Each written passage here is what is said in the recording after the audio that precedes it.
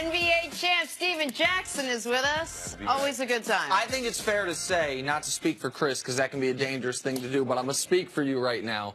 On behalf of all three of us, even though this is only your third day ever with us, you're already one of our favorite guests we've ever had. Thank you. Hey, man, give him that on the way out the door. We ain't even done nothing today, man. No, we got to give you something on the way out the door. Do some work I appreciate it, though. Do some work first. I'm ready. Good point. Good point, CC. My bad. All right, He might sit down on the curb on it. Waiting on the ride. 3 flat tires. Okay. Steven, let's talk some Russell Westbrook here. Last night, 32 points, 12 rebounds, 12 assists, and a win over the Hawks. It was the 100th triple-double of his career. He joins Oscar Robinson, Magic Johnson, and Jay Kidd as the only members of the 100 triple-double club. But, Steven, based on the way he plays, what you've seen from what he's done with this team compared to last year, with the new additions on this team, and yet where they are, would you want to play with Russell Westbrook? I'm one of those guys, go hard or go home. I'm one of those guys that broken toe, anything that I've dealt with, I played. And I played hard, gave everything I have. You would never hear me say anything bad about Russell Westbrook because he shows every night how much he loves the game. I would love to play with a guy like Russ. Anytime you got a guy that stuffs the stat sheet, that does everything for your team, how can you go against it? You can't blame him. I think you need to blame those other guys on their team. They need to pick their energy level up. They need to play with more passion and show that they care about the game like Russ doing. Their team might be better, but when you have a guy like Russ, you got to hold on to him because that passion you can't teach. See, what you touched on, that is the best explanation as to why I love Russ. I'm an analytics guy, I'm a numbers guy, and the analytics don't love Russell Westbrook. At all. The analytics talk about his inefficiency as a shooter. He is approaching Charles Barkley levels of volume three-point shooting without success at it. The analytics say a lot of those rebounds that got him the triple-double were hollow rebounds, off missed free throws. And I understand those numbers, and I appreciate those numbers. But the reason I love Russ is what you touched on. I said this last year, I'll say it again. If you have a kid that plays sports, you know who of all athletes across all sports you should point to and say, that's how you should play, that's how much you should care, that's how hard you should go every single night. Russell Westbrook. Last year, when the biggest problem with the NBA last season was the resting. Was all of a sudden LeBron's not playing on a nationally televised game. The Warriors and Spurs are resting all their star players on a big Sunday or Saturday night ABC game. Guess who was not resting for a possession? Russell. That guy. And what you're saying is, for the right type of teammates, it's inspirational. For the right type of teammates, it should make them go even harder. It's one of the reasons I love him. I understand his limitations as a player, but watching him as a fan, it's exhilarating to me. When I look at the question, I have to ask myself, as a player that played with a bunch of different players, well, what kind of player wouldn't I like to play with? Well, one who's not consistent, one who's lazy, one who doesn't care about the game, and one who's not a self-starter.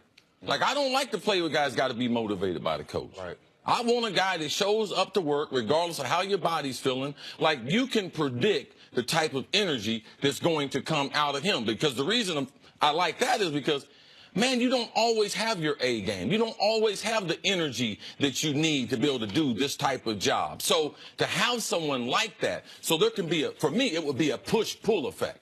Because I would be able to push him on almost every day. In those days I couldn't push him, he would be pushing me. So I would try to figure out how I would be able to surround my game around his game. I realize also the story of Russell Westbrook. This is not one of the guys that, okay, this guy was a 5-star talent in high school. Man, UCLA did not want him. But most of the college coaches did not want him. He made himself into the basketball player. Now, he hit a growth spurt.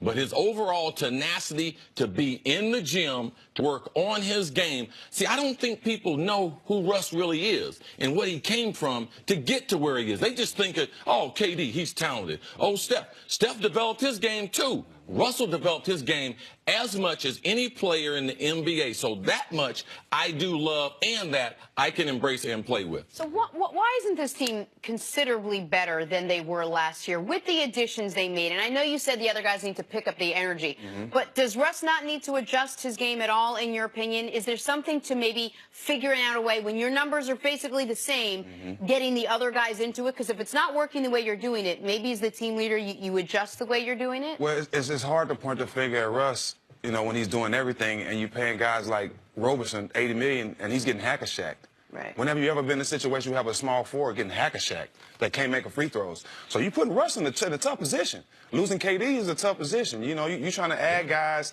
to replace KD. That's kind of impossible.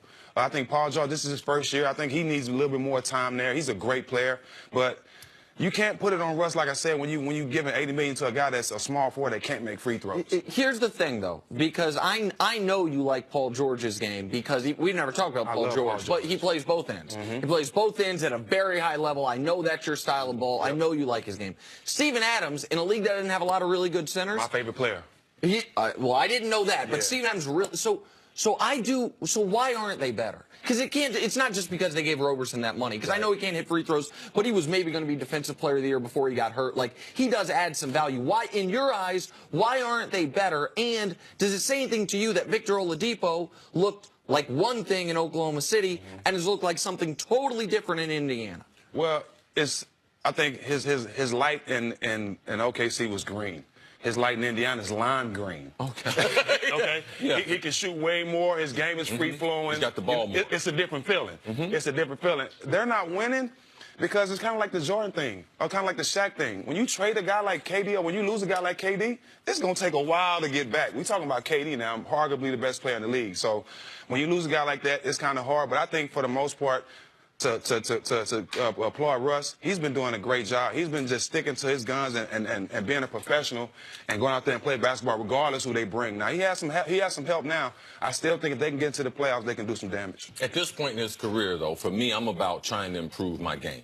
I would look at the worst parts of my game, and that would be his three-point shooting. I love the energy and everything, but at some point, you have to look at the numbers and wonder, I need to work more at the weakest part of my game. And so that part right there, I believe that Russ can improve on. At this stage of his career, he should be a better three-point shooter or take less three-point shots. Now, that's an adjustment that Russ needs to continue. If you look at the greatest players, they're still adjusting. Steph is adjusting. KD, we saw him adjusting. LeBron, year 15, he's adjusting. Russ is not adjusting. So that's the thing that you can hold against him. The players who come there with him, they have to adjust to Russ's play. And I just believe as a superstar, he should have more flexibility and be able to do more different things and be able to shoot the ball better. All right, Steven, stick around. We're going to see you a little bit later in the show. Coming up, Eric Mangini joins us to talk about whether Kirk Cousins made the right call signing in Minnesota next. First things first. Coach Mangini Get all with a up in here, walk-on. Coach. Get in here, Coach.